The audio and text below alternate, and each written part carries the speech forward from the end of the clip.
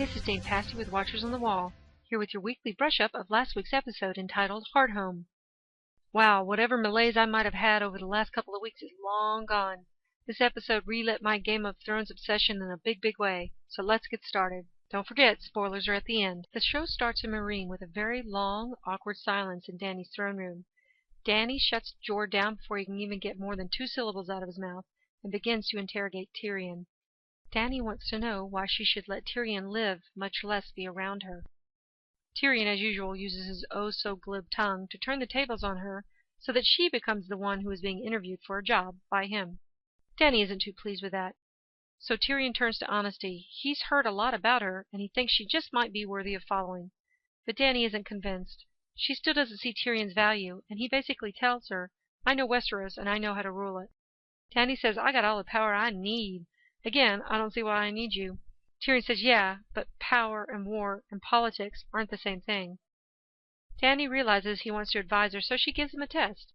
What should I do with, sir, I was against you before I was for you here?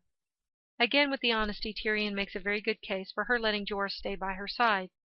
But after realizing that Jorah never confessed to her until he was forced to, Tyrion advises that she exile him again.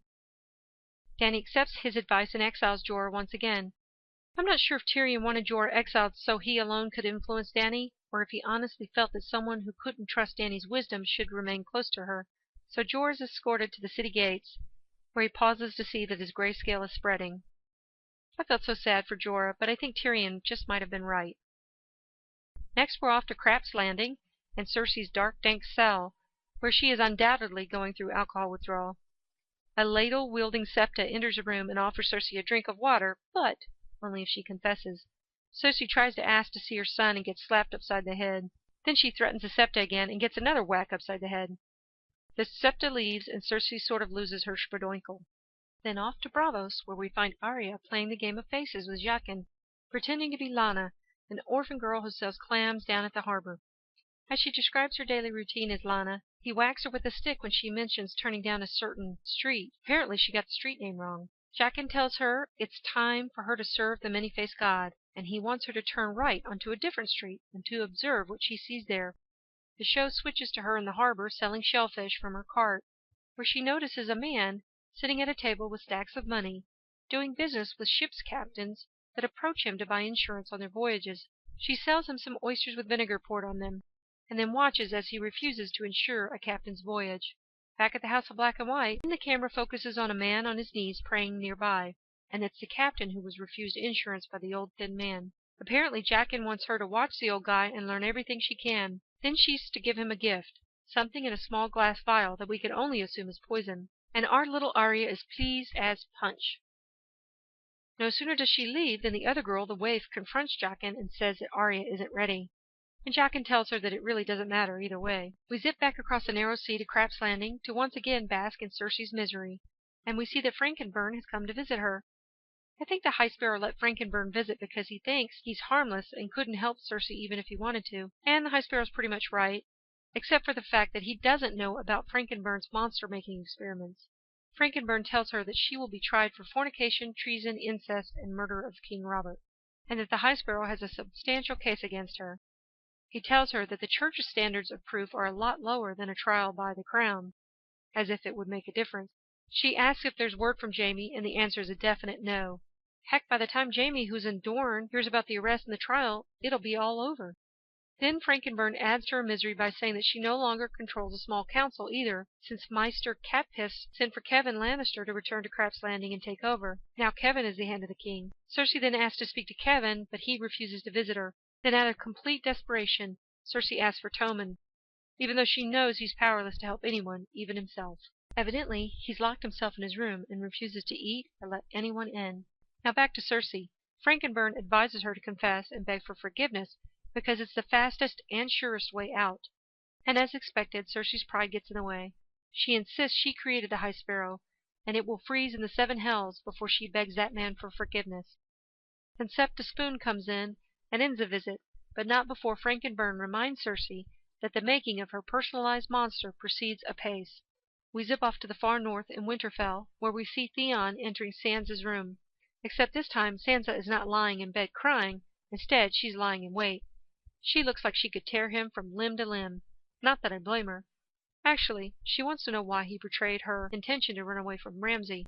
And surprisingly, Theon tells her that he was helping her, so she wouldn't have to go through the horrors that he did. You took my family and you deserved everything you got. Then Theon spills the beans. While confessing that he did deserve to be Reek, he says he killed those boys. And Sansa's livid.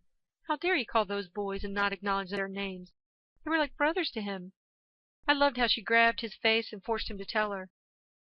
So Sansa's surprised, and you can see it. You see her processing it in her eyes. Of course, the follow-up question is, where the hell did they go? But Theon realizes he's effed up big time, and Ramsay would not want her to know that. And he's too scared to even speak to her anymore, so he rushes out of the room. Sansa, discovering her brothers are still alive, gives her a tiny bit of hope to cling to going forward. Still in Winterfell, the next scene is Roose, Ramsay, and his men discussing what to do about Stannis. Roose, quite wisely, says they can sit and wait him out. Ramsay, ever the foolhardy, says no, we should attack him, and all he wants to do is take 20 men. When the scene ends, we don't know if Roose has agreed to this plan, but I suspect he will. Then back to Meereen, where Tyrion and Dany have a more one-on-one conversation over a few glasses of wine. They start talking about their fathers. Tyrion says, my father sentenced me to death, so he would have killed me just like your father would have. This opens that ugly Pandora's box of just why Tyrion killed his father, and although Tyrion started it, he doesn't really want to talk about it, and he says he'd need a lot more alcohol than she has there to make that conversation happen. She tells him that she knew her father was insane and cruel. So Tyrion says, in his brutally honest way, here we sit, two terrible children of two terrible fathers. And Dany takes offense, but Tyrion stays honest, because he had heard stories of her doing some pretty scary things. So she wants to know, why did you come all this way to meet me then? He replies, there's the right kind of terrible and the wrong kind. Tyrion praises Dany for making hard decisions and marrying a man she loathes, meaning that Dany is willing to do things she doesn't like for the greater good, which makes Tyrion think of Cersei, who never did anything for the greater good in her misbegotten life, and ended up killing her husband, who she didn't want to marry in the first place. Dany sarcastically says perhaps it wouldn't come to that with her and Hizdahr. Tyrion gets a joke and acknowledges her cleverness by saying perhaps Varys was right, which sets Dany aback because, to her knowledge, Varys was behind all the assassination attempts over the years. But Tyrion is quick to jump to his defense, saying Varys did what he had to do to survive, and he did more than that Varys is probably the only reason Dany is alive today. Now remember earlier this season when people were saying they couldn't believe that Varys had been behind Dany all along, and that the writers were going to have to provide more explanation as to why and how? Well, there it is. They just delivered the explanation. And isn't it funny how it matches up with everything I posited, which was the assassination attempts were simply done to make Robert happy and to keep Varys in his good graces. But they weren't sincere efforts, and Varys did other secret things to thwart those attempts along the way. Tyrion says he trusts Varys as much as he trusts his brother, which is the only other person in the world he trusts. Which again makes her distrust Tyrion because Jaime is the one who killed her father. But Tyrion keeps the honesty coming and says he had basically given up on life, but Varys convinced him that she was the real deal, and that has given him something to live for. And he shows some real chutzpah because he doesn't even flinch when she says she could still execute him. He says, well, it was worth it because meeting you has made my final days interesting. Seeing Tyrion's courage and honesty, Dany decides that she does want him to advise her, but only if he's not drunk. Good luck with that. Tyrion and Dany continue this very interesting conversation. He asks her what her ultimate goal is, and of course she admits she wants the Iron Throne in Westeros. They go back and forth, and he explains to her why that's maybe not the best idea, but she sticks to her guns. She says the houses that keep rotating control in Westeros are crushing the common people between them like this great big wheel. Tyrion says it's a lovely metaphor and a worthy goal to stop that wheel, but it's not a new one. She says, no, I'm going to break the wheel. But what does that mean in real terms? Ultimately, what comes out of this conversation is that Tyrion is never going to bullshit Dany, and he's not going to kiss her ass. He's going to tell her straight up what he thinks, and he's got a very logical mind. I'm sure Dany can really appreciate that after all she's been through. Meanwhile, somewhere outside of Meereen, Jorah approaches the slave master and convinces him to let him fight in the great pit of Daznak. It wasn't clear to me why Jorah still wants to fight in the pits. I understand he has little will to live without Dany in his life. The only thing he wants to do is to serve his queen, and he's a dead man walking with the grayscale. Maybe he thinks fighting in the pit is a way to serve her, bring her glory, like the slave master said a couple weeks ago. Back in Craps Landing, we see the Septa with that damnable spoon once more taunting Cersei with water, and telling her that if she wants to drink, she will have to confess. Cersei just can't believe that everyone isn't as venal as she is. tries to bribe the Septa by offering to make her a wealthy lady with standing at court. But she just keeps repeating, confess, confess. Since the carrot doesn't work, Circe turns to the stick again and starts to threaten her with a hideous death. Well, Septa Spoon is determined to teach her, and she pours the water on the floor and leaves. At this point, Circe is dying of thirst and just can't resist licking the water off the floor. From the south of Westeros all the way to the Wall in the north, we go to see Gilly treating Sam's wounds from the beatdown he suffered last week. She's afraid she's hurting him, and he says he's fine. Then he asks her if she's okay too, and she says she's fine. Gilly and Sam are real still edgy, and when someone knocks on the door, it startles them, but it just happens to be Ollie. So Sam lets Ollie in, and it's clear that he still trusts him. Gilly leaves, and Ollie questions why Jon is saving the wildlings. Sam basically says we need as many living, breathing people to fight the army of the dead as we can, and it means we have to make peace. It is a risk, but it's one Jon has to take. Then Sam says, sometimes a man has to make hard choices that might look wrong to others, but you know are right in the long run. As Ollie turns to leave, Sam says, don't worry, Jon always comes back. Unfortunately, Sam misread Ollie's concern. Ollie wasn't worried that Jon wouldn't come back. He was worried he would come back, with a bunch of dangerous wildlings at his side. And what's even worse is that Sam actually provided Ollie with the justification that he needs to turn against Jon. We finally turn to Hardhome, where we see Jon, Tormund, and some men of the Night's Watch arriving in boats. They land, and taking the fact that they're way outnumbered, they're quickly confronted by an aggressive Rattleshirt. Well, Tormund tries to be reasonable for a minute or two, but Rattleshirt insults him, which causes Tormund to beat the ever-loving bejeebers out of Rattleshirt and kill him. The wildlings are so shocked that when Tormund says, gather the elders and let's talk, they're like, okay, absolutely, right now, here we go. Jon and Tormund then meet with the wildling elders, which includes a giant who clearly didn't like Jon. Instead of stepping on him, though, the giant huffs and puffs, but he does listen to what Jon has to say. And Jon makes a very good argument. He explains he needs them to fight the dead, and the living have to join together if they're going to survive. He gives them a gift of a satchel full of dragon glass and tells them it can be used to kill the White Walkers. To sweeten the deal, Jon offers them land on the gift that they can settle and farm, so long as when the White Walkers and the dead come to fight, that they will join them in defense of Westeros. Then Jon makes the mistake of mentioning Mance, and they ask, well, where is he? He says he killed him. And the wildlings are pretty angry, including the giant, until Tormund explains that it was a mercy killing in defiance of Stannis. The female wildling leader featured in this episode retorts that she lost several men in her family, and Jon passionately responds, well, I don't expect you to forget them because I won't forget mine. Jon goes on to say that they have to think of their children and the future. At a minimum, he says, at least we can go down fighting. Finally, Carsey asks Tormund to vouch for Jon, and he does. The Thin, ever skeptical, says his ancestors would spit on him if he allied with the Crows, and Carsey says, well, so would mine, but fuck 'em, they're dead. Ultimately, it comes down to the trust of Tormund. The wildlings who trust him, like Carsey and the giant, will follow him and agree to go with Jon. The ones who don't, like the Thin leader, refuse. Unfortunately, the majority of the wildling elders walk out with the Thin, which means the majority of wildlings will stay behind. Then they focus briefly on Carsey, putting her little girls on a boat and saying that she's right behind them.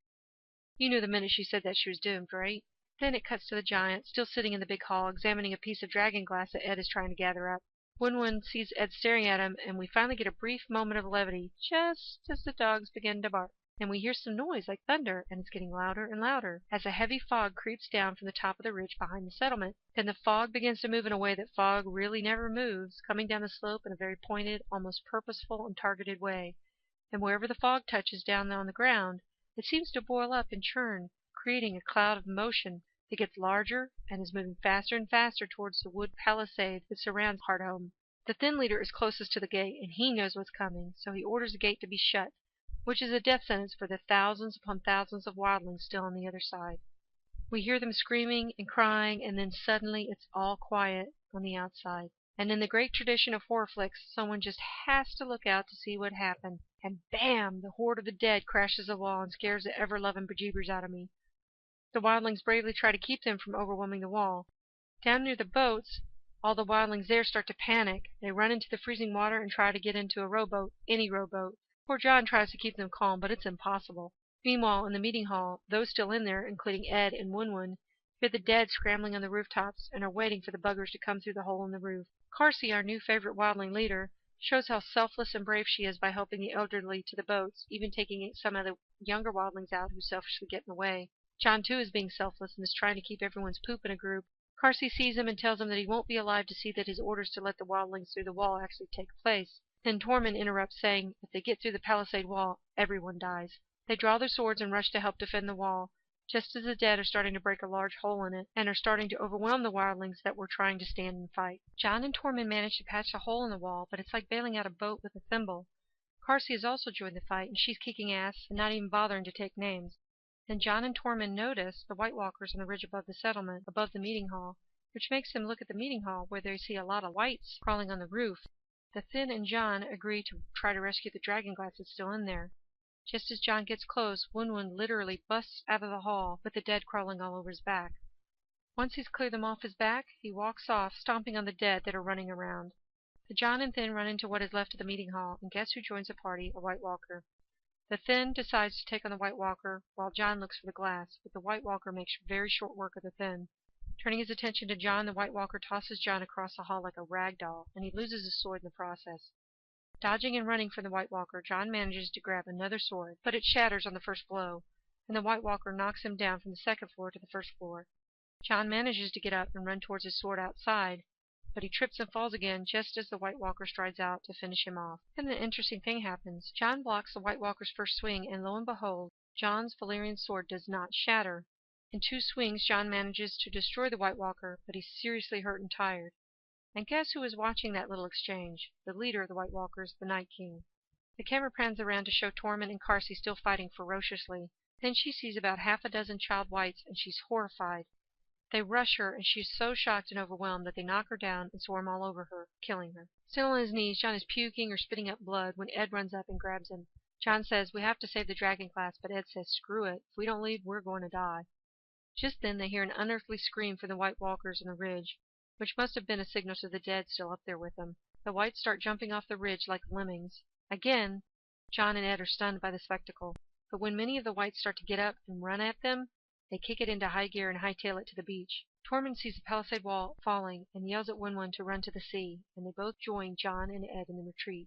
Wun is the baddest mofo out there because he pauses to fight, waving a lit tree trunk around like a scythe, taking out dozens of whites in the process. But it just isn't enough, and he turns and makes a run for it too. They make it to the beach just in time, with John, Ed, and Tormund making it into a rowboat. Wun is the last one in the water.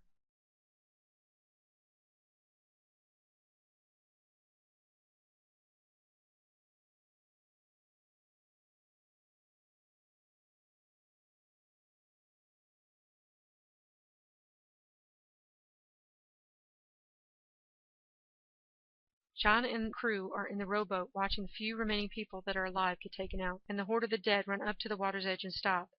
John and them stop rowing the damn boat, but I think they were so stunned by what they were seeing that they couldn't even move. I mean, look at their faces. They're just stunned with horror. Have you ever been so stunned by something that your brain simply can't wrap itself around it, that you have a deer in the headlights moment? I think that's what was going on for them. Plus, the whites aren't going beyond the foot or two into the water, so it's pretty clear for whatever reason they aren't coming after them. Then who has to come out and taunt John but the Night King himself?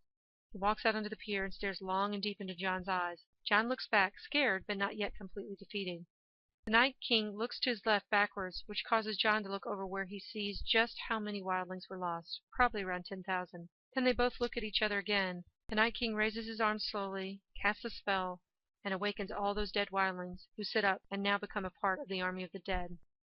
The Night King stares at John with this cold, implacable malevolence, and that is when John starts to lose it. He's crying and just completely overwhelmed.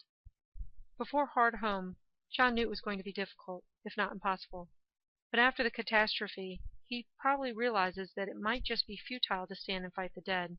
The Night King showed John his ability to revive all the dead wildlings on purpose, to make John feel hopeless, to frighten him, because the Night King knows that John is a threat to him and the other White Walkers. It was smart psychological warfare against the living. And poor John's face, the tears in Tormund's eyes, the horror on Ed's face, just says it all. And that's it. I can't say enough good things about this episode, and it has definitely whetted my appetite. I have lots of thoughts in the spoilers and speculation section if you want to keep watching. Otherwise, I will see you next week. How will Cersei use Qyburn's monster? Since we know she does eventually confess and does the walk of shame, she won't need him in a trial by combat, so how will he be used? If I recall correctly, he's used as some kind of personal bodyguard, but surely there's a bigger purpose for him. Okay, a bunch of thoughts and speculation on the White Walkers.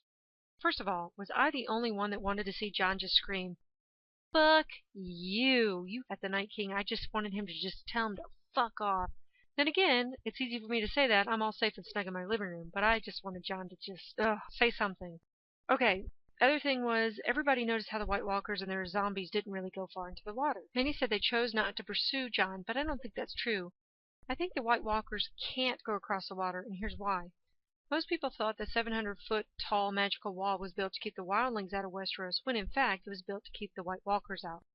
Now, if you look at a map of how the wall is constructed, it's constructed from coast to coast. If the White Walkers could cross water, then they would have done so thousands of years ago, and the wall would have been useless because they would have just sailed around it and landed on the land around it and marched on from there. Therefore, I think they can't cross the water, and that humanity will survive so long as the seas don't freeze, meaning they can walk across the sea, and if the bulk of humanity stays across the sea in warmer parts of the world. Another thing, what if killing the Night King, not his lieutenants, but the king himself, kills all the whites he's animated and puts a stop to the entire thing? Now, this is a little too much like Jordan's Wheel of Time series, where the Mydrals are animating the Trollocs, and you kill the Mydral, you kill all the Trollocs associated with them. But how on earth are they going to stop the army of the dead otherwise? Even with a giant and Valyrian steel, there just aren't enough swords and giants left in the world, much less people who know how to use them well and who are brave enough to fight the White Walkers. Which brings me to my next point. White Walkers clearly aren't afraid of regular fire. So I think their vulnerability to the Valyrian steel has something to do with dragon fire, and that kind of fire they might be afraid of. So the question becomes, will it be enough? A giant, some Valyrian swords, and dragons be enough to defeat this army, or will there be some kind of catch, like kill the Night King, all the whites die? The last thing about the White Walkers is, what is their end game? I mean, why do they hate the living so very much? Do they simply want the world to themselves? And if they do kill all the living creatures, how will the White Walkers increase in numbers? Because we know they create themselves from the living, from babies so far as we know. What do you all think the end game of the White Walkers is? Maybe Jorah is thinking that fighting well at the big games will make Dany change her mind, but I sincerely doubt that alone would do it. As a book reader, and knowing some of the show plot points ahead, I know that Dany is going to get surrounded and be in serious danger by the Sons of the Harpy. Perhaps he fights well and helps to save her, and that is what makes her forgive him. Ultimately, forgiving Jorah at that point will make him even more loyal, and she will realize that she really does need him and can trust him with her life again. We got a reference to giant ice spiders. Does that mean we will see them at some point? Now that would be some serious FX on top of everything else. Dragons, giants, spiders, a veritable smorgasbord of fantasy. In regards to their showing hope to the protagonist, I've always believed that the three heads of the dragon will be Dany, Jon, and Tyrion, and I think this theme of giving hope to these protagonists is evidence of that I'm right.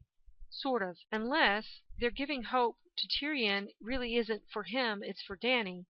So maybe Tyrion isn't the third head, but Sansa is. So we see Jon, Dany, and Sansa being given some hope for the future. Then again, I could be just totally overanalyzing it, which is nothing new. Sam's statement about Jon always comes back. Is that foreshadowing of his death and resurrection? Also, all the Night's Watchmen who survived Hardhome will totally be in Jon's camp, including Ed. I thought there for a while that Ed might be a part of his assassination, but not after Hardhome. If seeing that nightmare didn't cement in those watchmen's eyes that Jon is right, then no power on earth could sway them. Did Jon's sword work because it's Valyrian steel, or because he might be Azor Ahai? If they do his assassination in episode 10 of the season, and we don't see if he comes back until next season, we won't get a definitive answer to this question. However, how Melisandre behaves over the next couple of episodes can definitely give us some clues in that regard.